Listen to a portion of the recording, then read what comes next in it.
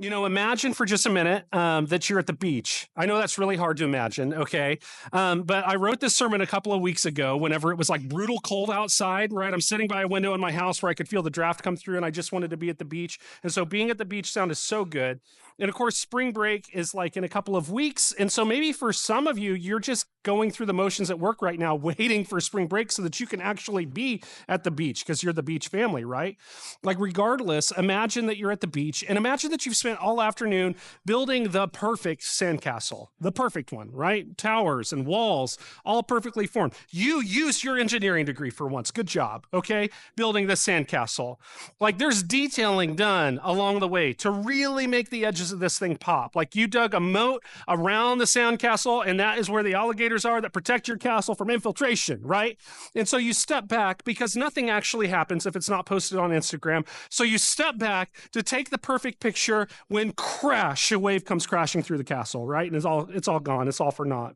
Or your kid runs through the castle and tears that thing down. Or a seagull sends the bomb down to the perfect part of the castle, right? And it's like, it just ruins the whole scene. It ruins the shot. Like it's all done for. It's amazing what can happen in a moment. A whole afternoon's work can get wiped out in an instant, leaving the masterpiece in the moment ruined.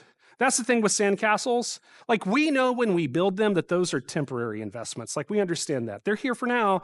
They're gone tomorrow. As we get into today's passage in James, though, James chapter 4 is where we're going to be today. If you want to open up your Bible, you can do that. And what we're going to see in James chapter 4 is this is the exact kind of thing that James is talking about. The temporary and even fragile reality of life, especially regarding our plans in life. Like we can build plans that are airtight.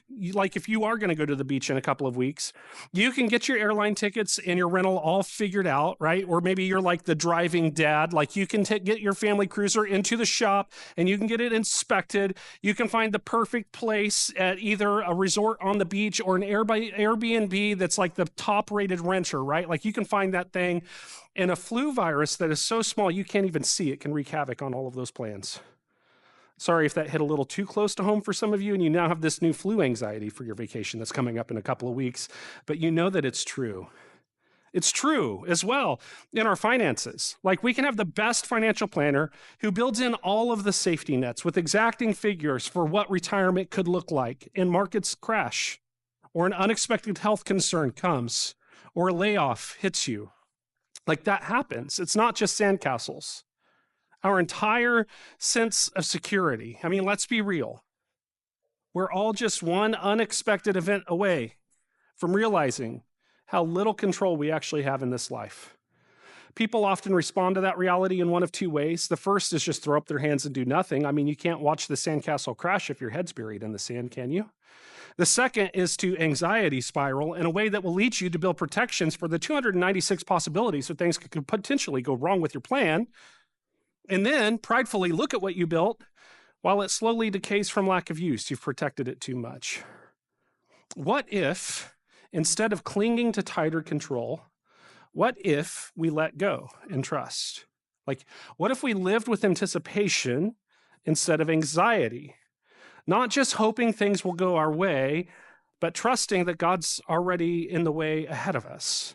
And to do that, we're going to have to transfer our security from the things that we place it in to God. Like here's how James says it in James chapter 4, beginning at verse 13. He writes this. He says, "Come now, you who say today or tomorrow we'll go into such and such a town and spend a year there and trade and make a profit, yet you don't know what tomorrow will bring. What is your life? For you are a mist that appears for a little time and then vanishes. Instead, you ought to say, if the Lord wills, we will live and do this or that. As it is, you boast in your arrogance. All such boasting is evil. So whoever knows the right thing to do and fails to do it, for him it is sin." You know, when I read that, I really hear James taking on this like persona of a coach. Like that's what he's doing here. He's rallying the team around himself. He's saying, listen up, okay? Like pay attention to this. This is serious. Like what we're talking about today matters. And what he's doing is he's calling out our overconfidence on the field. He's saying we act like we are in control of the game, like we have control over time or success or opportunity. And that is a fairy tale dream. Like the reality is we don't have control of it. Reality tells us that mayhem comes, and mayhem is way more than just a cheesy insurance commercial. Like mayhem actually happens in our lives. And here's the problem. The problem isn't with our planning. Like, of course we have to plan things. Do you know who doesn't plan things? 6-year-olds in a soccer game. It's pure chaos, right? Like they chase the ball like a pack of caffeinated squirrels. And then they actually get the ball and it's just pure panic. They don't know what to do. They freeze. They just stand there, no plan, no direction. They're just like totally freaked out. And then they look surprised until another kid runs up and gets the ball. And then that kid looks surprised, right? Like that's what happens. And let's be honest, sometimes that's how we live. That's how we live when we're not trusting God's plan. Like we've got to make plans. Like plans aren't the problem. The problem with our plans is the presumption behind them. Our presumption is that my plan is the best plan. My plan is the only plan. My plan is the plan that matters. Our presumption is that God must honor my plans because God somehow owes me that level of respect. Our presumption is that when things don't go according to our plans, God must not love us or he must be actively working against us. So we make our plans in a presumption. We speak our plans as our will for God. When I get the promotion, then I'll be generous. When life settles down, then I'll make my faith a priority. When I have 6 months of income in my savings account, then I'll do the thing that God's been calling me to do. And here's the problem with our presumptions. We assume we write the future. We assume that if we just plan well enough, if we save enough, if we prepare enough, we will be secure. But James reminds us, tomorrow isn't in our hands. And it never was. Tomorrow has always belonged to God. You know, my wife and I are both planners by nature. She more than me, way more than me. We share our calendars with one another. We've been roping our kids into the calendar game, one kid at a time. There's just no way with 2 jobs and 3 kids that we would make it everywhere in life, that we had to make it if we didn't do this, right? We have our regular conversation. Her favorite conversation at 5:30 in the morning is, what's the calendar look like this week or tomorrow or today? Like we have those conversations constantly. Sometimes it's like that calendar dictates our entire lives. And then something changes. A sudden addition. Thank you, high school. Someone gets sick. Like whatever, something changes. And here's the truth. Our weekly plan rarely goes according to plan. Life doesn't go according to plan. Which is why James says, instead of saying, I'll do this, what if we asked, if the Lord wills? Now I'm going to say something that's going to sound sacrilegious for just a second. Forgive me for that. Often there is nothing that is more of a Christian cop-out than praying for everything your heart desires and then saying, but God, let your will be done instead, right? Like, God, I really would like a bigger house. I'd really like a nicer car. It'd be great to lose 42 pounds, get a promotion and a raise at work. A pergola would look so good in my backyard. It would be like shaded pergola would be perfect, God. A better parking space at the grocery store next time, that would be really, really appreciated. Respect for my kids for once. If you could just do that for me. Like if my hair could magically turn brown again, that'd be amazing. And if my back could just feel like it did when I was 24, but let your will be done. But what James says is we ought to say, if the Lord wills, we will do this or that. And what he's saying is that we need to approach our plans from a posture of surrender, not control. Surrender, not control. God, I would love to go to this college. I would love to study this course. God, I would love to have this job. But if you have a different plan for me, I will worship you rather than the plans I've made. I will yield to you and I will trust you. Your way is the better way. God, I do desire this nice thing. And if you would give me the opportunity to acquire this nice thing, I would be thrilled. But if you called me instead to use those resources in a different way, I will follow your call. Your will is greater than my desire. Like that is the push that James is giving us. He's nudging us to surrender ourselves in every area to Jesus so that when we know the right thing to do, like it said in verse 17, will actually do it, even if it messes with our plans. As we turn the page into James chapter 5, James is going to recognize that our plans, they actually involve our individual prosperity. That's what they most often involve. This is how he says it. He says, "Come now, you rich. Weep and howl for the miseries that are coming upon you. Your riches have rotted, and your garments are moth-eaten. Your gold and your silver have corroded, and their corrosion will be evidence against you and will eat your flesh like fire. You've laid up treasure in the last days. Behold, the wages of the laborers who mowed your fields, which you kept back by fraud, by the way, are crying out against you. The cries of the harvesters have reached the ears of the Lord of hosts. You have lived on the earth in luxury and a self-indulgence. You've fattened in your hearts in a day of slaughter. You've condemned and murdered the righteous person. He does not resist you." And here's what James is really saying. He's saying our trust in wealth, our security in wealth, is security in a dead end. He says, "Weep and howl, you rich, for the miseries that are coming upon you." And I want to recognize something for just a second, like that when James says you rich, he's not leaving anyone in this room out of that group. Like, he's not leaving anyone who reads that letter out of that group. He doesn't say you who are rich. He says you rich. There's something about Americans, like we have this deflecting mentality when it comes to wealth, right? Maybe it's because I could always drive into a neighborhood nicer than my own across town. Or maybe it's because we all know someone who's a little better off than we are. And of course, there's this ever-growing list of billionaires. And I'm assuming that I don't have anybody sitting in the room right now who's going to be joining that list anytime soon. If you are, I'd like to talk to you about a building across the street. But, right? They're rich, I'm average.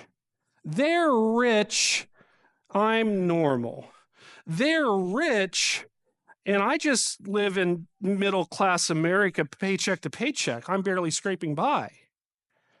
Sure, but let's acknowledge for the typical full-time employee in this room, if we took our paychecks almost anywhere else in the world and handed them to a random person on the street, our meager means would very likely feel like a life-changing influx of wealth for them. So James lumps us into the conversation. He lumps us into the rich. And he's saying that we have a real problem. Now, you might say that money's the problem. That's the temptation. Money's the problem. If we just didn't have any money, we wouldn't have any more problems. Like, James isn't condemning money. He's not going to say that you should take a vow of poverty. He's not going to say that you should sell your house and move into a tiny home and send the rest of the money to the third world. That's not what James is saying. Like, his condemnation is that we misplace our trust, we misplace our security when we put it in our money. And here's how we do that. By and large, we equate money with security. Like, I'm going to assume most of us in the room, like, we have this threshold of a number that we would like to see in our bank accounts. Like, in the months that you don't get near that number, you're floating well above that number, you feel fine. Then an unexpected expense comes, and you get a little too close to the number, and you're nervous. Or maybe if that pushes you beyond your threshold of comfort, suddenly you're worried. What if something else happens? How am I going to handle it? Now, here's what's interesting to me. I get to live on this side of the stage. What's interesting to me is I know that in this room right now, someone's threshold is $100. And I know that there's probably someone whose threshold is $1,000. There's probably someone whose threshold is $10,000. There could be someone whose threshold is $100,000, like all in the same room right now. But I also know that whatever your threshold is, it keeps you feeling secure. And that's just for today, right? Then when we consider tomorrow, well, first of all, let's talk about the threshold for a second. It's very possible that your threshold of security is someone else's misery or someone else's bliss. Now let's talk about tomorrow. Let's talk about retirement. Will I have enough? Will I lose it all? What happens if the economy tanks again? Remember 2020? Something weird happened when the shutdowns began. We ran out of everything. Remember that?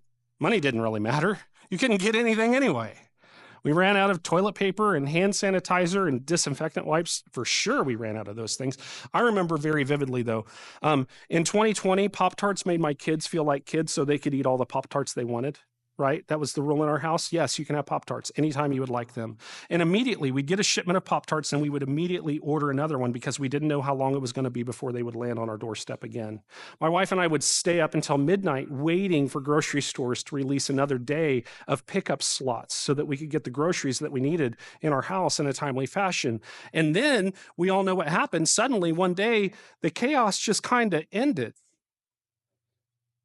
But you know what stuck with us? Like for most of us, many people, stockpiling food.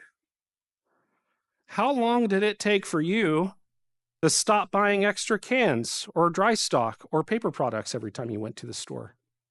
Maybe you still do. I'm not here to judge it. We went through some stuff, right?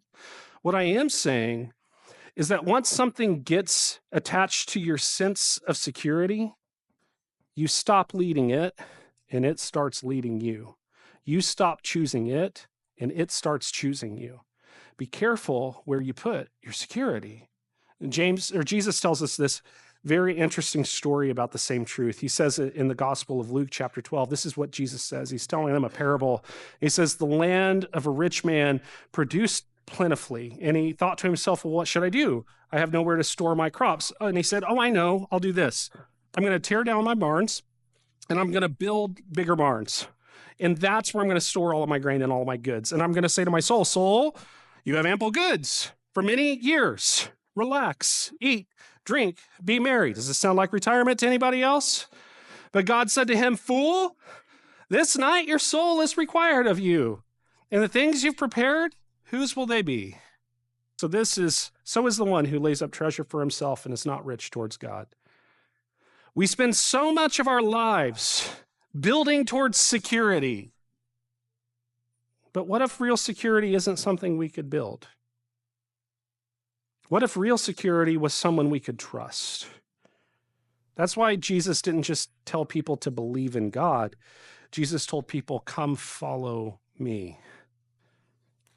He didn't want us to think differently. He wanted us to live differently. And one of the most radical ways that we do that is by choosing to trust God, even with our resources, because nothing reveals our trust in God more than what we do with what we have. Over and over again, Scripture tells us that our generosity is one of the clearest signs of where our security actually lives. Who do you trust? What makes you feel secure? Your relationship with wealth or your relationship with God? And don't give the answer you think I want to hear because you're sitting in this room right now. Like, honestly take stock. Honestly answer for yourself. Jesus just told us that the answer to this question is far too eternally important to just gloss over because we're sitting uncomfortable in an awkward church service. The rich man built bigger barns, thinking that he's secure. And God calls him a fool because he planned for everything except eternity. What are you planning for? And thankfully, we, unlike the man in Jesus' story, we still have time for our plans to shift focus. Again, I want to go back to James chapter 4, verse 15. We read it earlier, but it says instead, you ought to say, if the Lord wills, we will live for this or that, or we will live and do this or that. And I'm not calling for reckless abandon. And I don't think Jesus is calling for reckless abandon. I don't think James is calling for reckless abandon. What I'm encouraging us to do, and what I believe they are encouraging us to do, is to surrender. To surrender our plans, to surrender our security, to surrender our lives to Jesus. It's good to plan. The Bible's clear. Saving is wise, even to the point of leaving an inheritance for your children and your children's children. That is wise. Where it becomes an issue is when we feel that our plans haven't been honored by God, and we allow it to cause a crisis of faith for us, or when our hope is found in the storehouse we fill, rather than the God who brings the harvest to fill it with, who also, by the way, occasionally, he allows a famine. We all face changes we couldn't plan for. We all face hardships that we wish wouldn't happen. As is often repeated, no one leaves this earth unscathed. But there is a way to leave with hope for the future. And there is a way to leave with eternal security. And here's how. Take everything you've ever planned for and yield that plan to God. Trust him with it all, your calendar, your bank account, your stockpile, your work, your endeavors, your dreams, your anxieties, your longings. Anticipate that his way is better. Anticipate that his embrace is more secure than anything you could ever build. You know, we live in this world that tells us to build security, to hold tight, to overcome, to control the outcome. And James is telling us that's bogus advice. That real security isn't found in what we hold on to, but instead found in who we trust. And that we're actually better off if we can release control and trust in Jesus. And maybe today, God's revealed an area in your life where you're still holding tight, right? To control, a plan that you are gripping onto, a security that you've built that isn't as firm as what you'd hoped, a fear that keeps you up at night. And he's not asking you to figure it out. He's inviting you to trust Jesus with it. Because when we let it go, we make room for God to move. Typically, at the end of a sermon, we move into a time that I call next steps, right? And I give the room 2 or 3 next steps that they could take to follow Jesus, because we exist to help people take their next step with Jesus. So I'll tell people you could do this or that, or you could do this other thing. But I have a feeling that in the room right now, that probably this room is full of some control freaks and financial planners building a secure future. I have a guess that that's probably true in this room.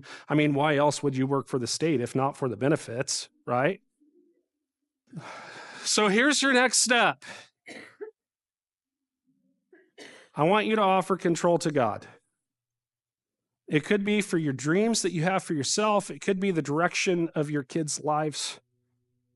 It could be the ambition to build wealth and retire young. It could be something medical that you're navigating, and so you're at the mercy of a merciless system, or you are uncertain how the current events in terms of funding cuts are going to affect the work that you do.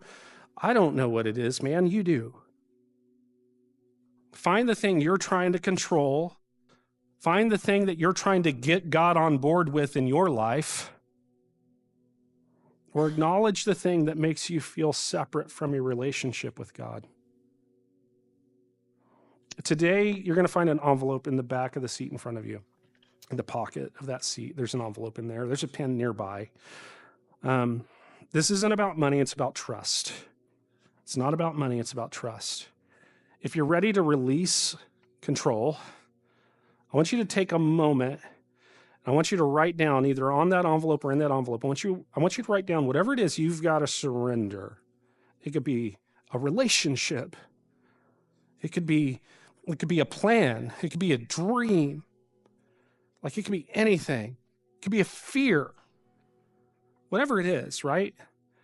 Like, let this be a step of worship today. Just write that thing in the envelope, trusting that God is already working in whatever you're surrendering anyway. And now here's what I want you to do with the envelope once you've written in it. In a moment, we're gonna worship. We're gonna sing some songs. We're gonna worship through song. And as we do, I want to invite you, take a step of trust. This is the next step today. Take a step of trust. If God is asking you to release control of something, to find your security in him, write it down. And I want you to place that envelope in one of the giving boxes along the back wall of the room. There's 3 of them by each door out of this room. There's giving boxes back there. Just put it back there. You know, we lost something when we stopped passing plates. And it wasn't the opportunity to collect money. Like, the church kind of realized universally that people who want to give generously, give generously. The resources still come. What we lost, though, was our connection to the sacrifice, our weekly remembrance that we sacrificed something in here Today, I'm calling you to sacrifice something in here. And I want you to do this exercise not out of obligation, but because you believe that he's the source, that God is the source of your truest security.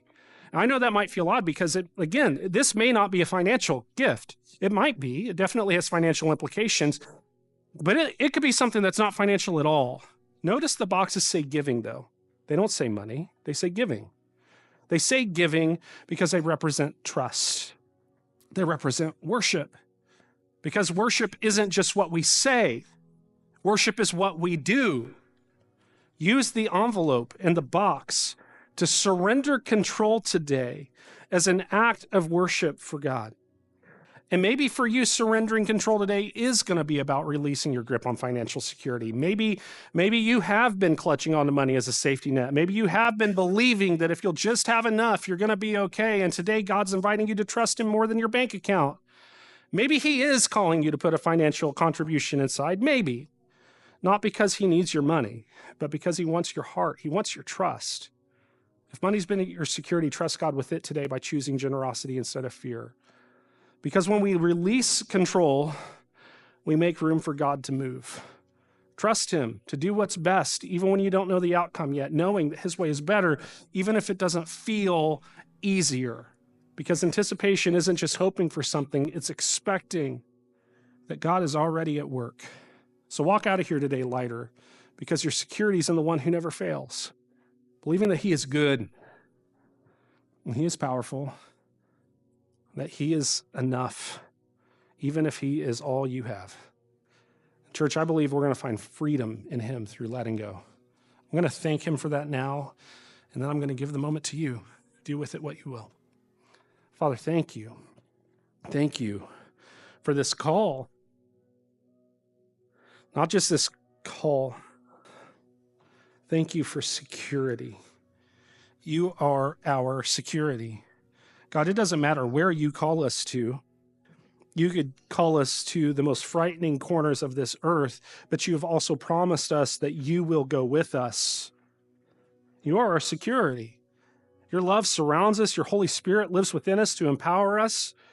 Your grace washes over us. Why do we need anything else? We don't need anything else. God, I pray today we would surrender everything else, knowing that the security we have in you is better anyways. And from this point forward, we will live our life, if the Lord wills, doing this or that. In Jesus' name, amen.